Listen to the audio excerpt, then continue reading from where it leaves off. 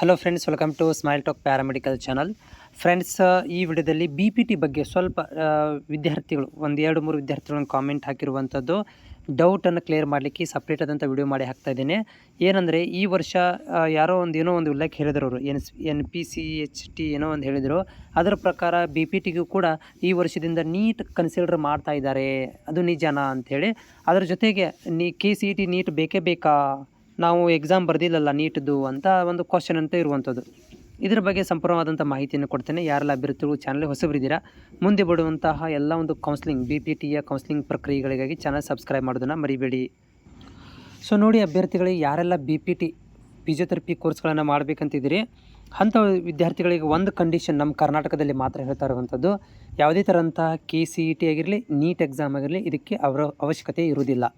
ಹೌದಾ? ಯಾವುದೇ ಥರಂಥ ನೀಟ್ ಅಥವಾ KCET ಎಕ್ಸಾಮ್ ಅವಶ್ಯಕತೆ ಇರುವುದಿಲ್ಲ.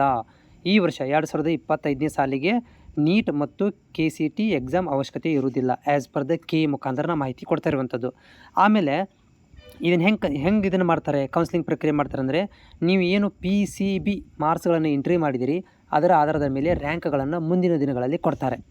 ಓಕೆ, ಇನ್ನೂ ನಿಮಗೆ ರ್ಯಾಂಕ್ ನಂಬರ್ಗಳನ್ನು ಕೊಟ್ಟಿಲ್ಲ, ಮುಂದಿನ ದಿನಗಳಲ್ಲಿ ರ್ಯಾಂಕ್ ನಂಬರ್ಗಳನ್ನು ಕೊಡ್ತಾರೆ.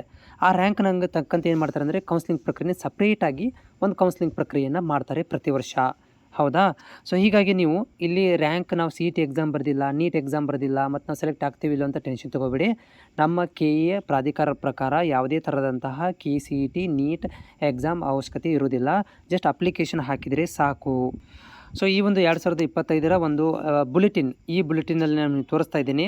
ನಮಗೆ KCET ಬೇಕಾ ಬೇಡವಾ ಅನ್ನೋದ್ರ ಬಗ್ಗೆ ಮಾಹಿತಿಯನ್ನು ಕೊಡ್ತೇನೆ. ಓಕೆನಾ? ಸೊ ಇಲ್ಲಿ ಏನಂತಂದರೆ, ಇಂಪಾರ್ಟೆಂಟ್ ಥಿಂಗ್ಸ್ಗಳಲ್ಲಿ ನಾವು ತಿಳ್ಕೊಬೇಕಿದ್ದು 2025ರ ಒಂದು ಬುಲೆಟಿನ್ ಇದು. ಇಲ್ಲಿ ನೀಟಾಗಿ ಕೊಟ್ಟುಬಿಟ್ಟಿದ್ದಾರೆ. ನೀವು ಅಪ್ಲಿಕೇಶನ್ ಹಾಕಬೇಕಾದ್ರೆ ಕೊಟ್ಟಿದ್ದಾರೆ ನೀಟಾಗಿ. ಬಟ್ ಏನಂದರೆ, ಇಲ್ಲಿ ಅಪ್ಲಿಕೇಶನ್ ಹಾಕೋದು ಕಂಪಲ್ಸರಿ ಇದೆ. ಅಪ್ಲಿಕೇಶನ್ ಅಂತ ನೀವು ಹಾಕಿರಲೇಬೇಕು. ಅಪ್ಲಿಕೇಶನ್ ಹಾಕದೇ ಏನು ಮಾಡೋಕ್ಕೆ ಬರೋದಿಲ್ಲ. ಹೀಗಾಗಿ ಇಲ್ಲಿ ಯಾವುದೇ ಥರಂಥ ನೀಟ್ ಗೀಟ್ಗಳನ್ನು ಇಲ್ಲಿ ಲೆಕ್ಕಕ್ಕೆ ತೊಗೊಂಡಿಲ್ಲ. ಆಮೇಲೆ ನೀಟ್ ಏನೆಲ್ಲ ಬರ್ತದೆ ನೀವು ತೋರಿಸ್ತಾ ಇದೆ ನೋಡಿರಿ.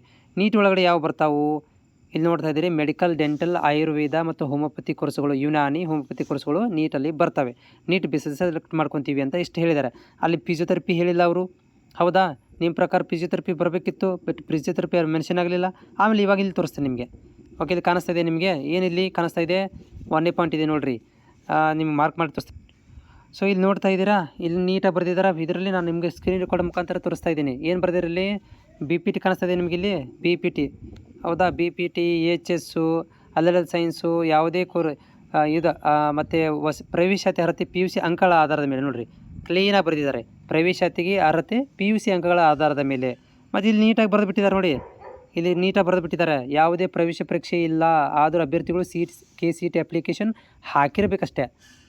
KCET ಅಪ್ಲಿಕೇಶನ್ ಹಾಕಿ ಪೇಮೆಂಟ್ ಮಾಡಿದರೆ ಸಾಕು, ಅವರು BPT HSಗೆ ಎಲಿಜಿಬಲ್ ಅಂತ ನೀಟಾಗಿ 2025 ಸಾಲಿನಲ್ಲಿ ಕೊಟ್ಟುಬಿಟ್ಟಿದ್ದಾರೆ. ಅದ್ರ ಜೊತೆಗೆ ಇನ್ನೂ ಸ್ವಲ್ಪ ತಳಗೆ ತೋರಿಸ್ತೀನಿ ನೋಡಿ. ಇಲ್ಲಿ ನೋಡಿ, ಇಲ್ಲೇನು ಕೊಟ್ಟಿದ್ದಾರೆ, ಇಲ್ಲೆಲ್ಲರೂ ಮೆನ್ಷನ್ ಮಾಡಿದಾರಾ? ಇಲ್ಲಿ ನೋಡಿ, ನೀಟಲ್ಲಿ ಎಲ್ಲರ ಮೆನ್ಷನ್ ಇದೆಯಾ?